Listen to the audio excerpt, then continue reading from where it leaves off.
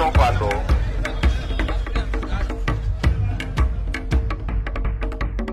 We are in the old city, Hyderabad, and joining us is the chief of the AIMIM, Asaduddin Owaisi, a man who you always see on primetime bulletins because some statement of his would have definitely created the controversy of the day.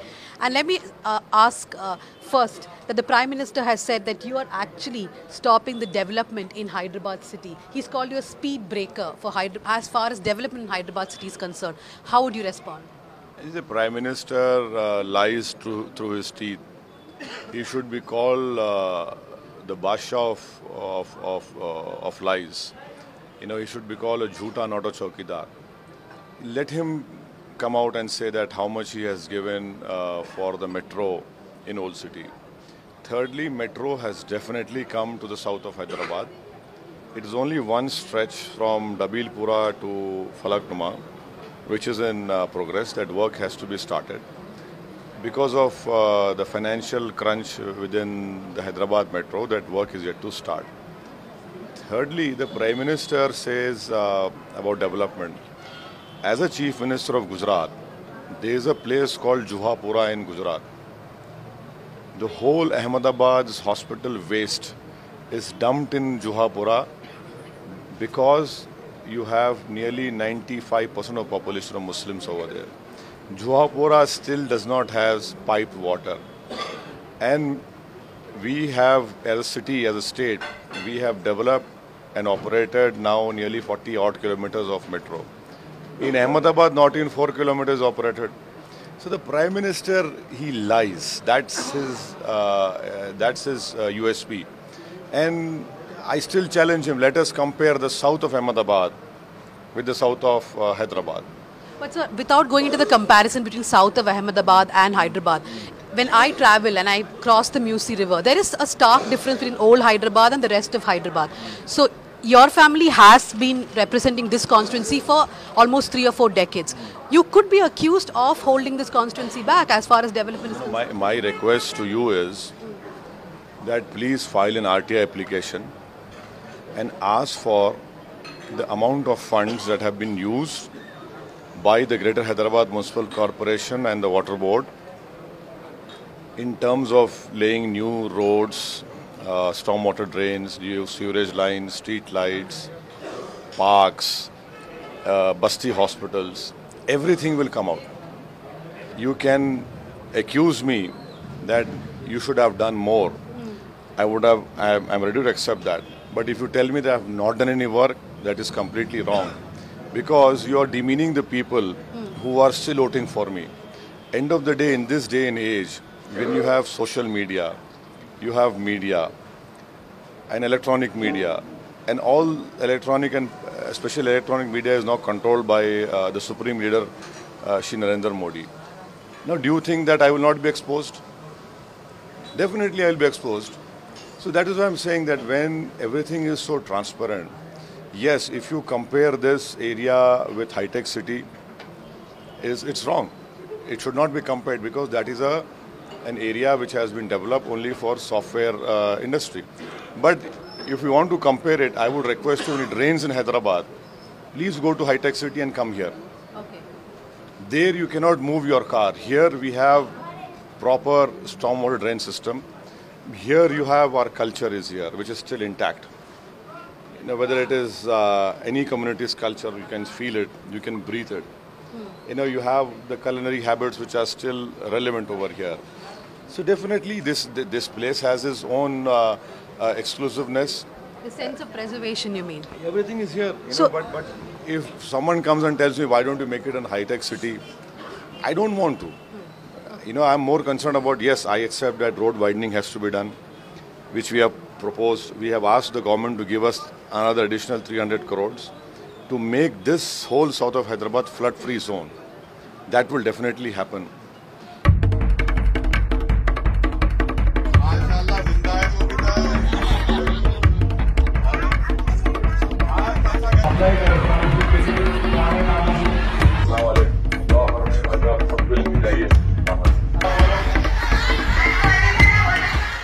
It's regarding polarization.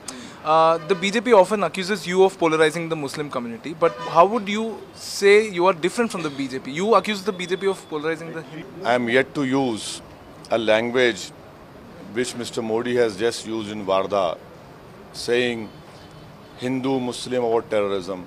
Did I ever talk in that way? I have condemned ISIS. I have called them dogs of hell. I have condemned that Shaitan Masood Azhar. Does it befits the Prime Minister to speak in this language? I want to know from the Prime Minister, who was Nathuram Godse?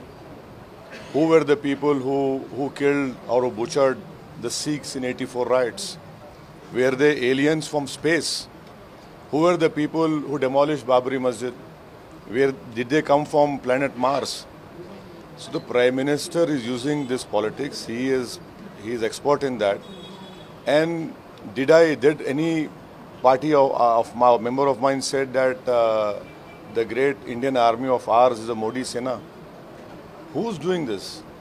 It is the Prime Minister and his party people, his constitutional heads are using this language to polarize. When the Chief Minister came to Hyderabad in last assembly election of UP, he said we'll throw out Owaisi.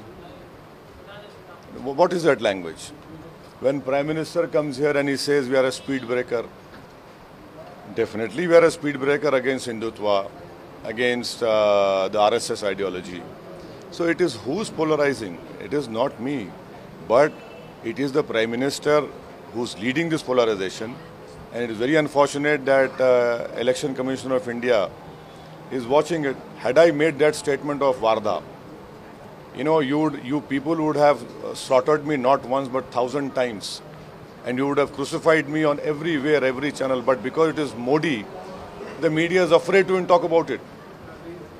This shows that the fourth pillar of our democracy has really crumbled. There are only a few journalists left who can still take on. If Owaisi talks rubbish, you can criticize him. But generally, media is pro-Modi now. It's very unfortunate. It's not good for our democracy. Sir, but there is a population in this country who believes that you need a strong Prime Minister, especially post-Pulwama. What do you have to say to those people then? What is strong in India is the Indian Constitution. The individual cannot get stronger than the Constitution in this country. For a country to remain strong, you have to follow the Constitution of India. If any country, as any democratic country, makes an individual stronger than the Constitution, then you're heading towards fascism and dictatorship, which I will oppose till I live. Since you have other interviews lined up, I'll quickly end with two questions about the federal front. Why are you not a part of the Mahagathbandhan, and where do you stand as far as the federal front goes? Which KCR is leading? No. I am with KCR. We are supporting KCR. That, it's open, it's open. It's not even a secret. Gathbandhan, how can I be in Gathbandhan when I am the B team of BJP? You are the B team of which party? No. Of the BJP? No, BJP. So, I am requesting His Royal Highness Shri Rahul Gandhi that please call me A team of BJP. I am willing to share the spoils which I have got from all of these party he claims to make me the A team. Please don't call me B team. I am only contesting 3 seats in India. And still there is so much of broha and hoo-ha and as if skies are going to fall. So what is this? When you say you believe in democracy, you allow that space of opposition to grow. So if not, then what is the difference between Congress and BJP? Because you claim that if you are with me, you are secular. Modi claims if you are with me, you are a nationalist. I oppose both of them. So does that makes me a communal person or an anti-national? No. I have my own views on the present politics. I will never subscribe or I will never capitulate or be browbeaten by these two national parties because I hardly see any difference between them. Why? There are only one national party in India. One is BJP, other is 1.5 BJP. But how confident are you that KCR will not go with the NDA? And if he does, then what happens to the alliance you have here? Madam, in last 5 years, despite having 11 or 12 MPs, did KCR join BJP? No. He he fought with BJP, and through his political statesmanship and sagacity, we got our separate High Court. That in itself is a huge credit to KCR's political sagacity. In last assembly elections, BJP lost 100 assembly seats out of 119. And let me share a secret with you. During assembly elections, it was BJP who was sponsoring Congress candidates in Telangana. Why are you making that allegation? I am not making that allegation. It's not allegation. It's a fact. Because when BJP realized that they're not going to limit KCR to 50 seats, there was a plan B in place, and that was implemented, and huge resources and all sort of help was given by BJP to Congress midway through assembly elections, because the whole plan was to reduce KCR till 50. To break regional parties. Whatever it is, there was definitely a plan. I don't want to elaborate more. More will come out more in a few months. But this happened. So now who's playing this game? It is BJP and Congress who are playing this game in Telangana. But people of Telangana had more wisdom. They knew this game and they ensured that KCR wins 80 plus seats. K.T. Ramarao told me yesterday that he believes the Congress and the BJP will not be forming governments. In fact, they will not be calling regional parties this time, but it will be a coalition of regional parties who will invite the BJP or the Congress to form the government at the center. What do you have to say? Well, my opinion is different. I am of the opinion that the regional parties will play a very important role in the next government formation. And my earnest desire and hope and my dream is that a non-Congress, non-BJP government takes shape in the next government. It all depends on the regional parties. I'm sure are going to do well in Telangana, Andhra, Tamil Nadu, Odisha, West Bengal, UP, Jharkhand. These are the places where regional parties will really do well. And post 23rd May, this would be a very, very good number to ensure that this sort of political formation takes place. Thank you very much. I hope there will be a non-BJP, non-Congress government in the centre in 2019. That's what Asaduddin Owaisi told us. This is Dhanya Rajendran for the News Minute.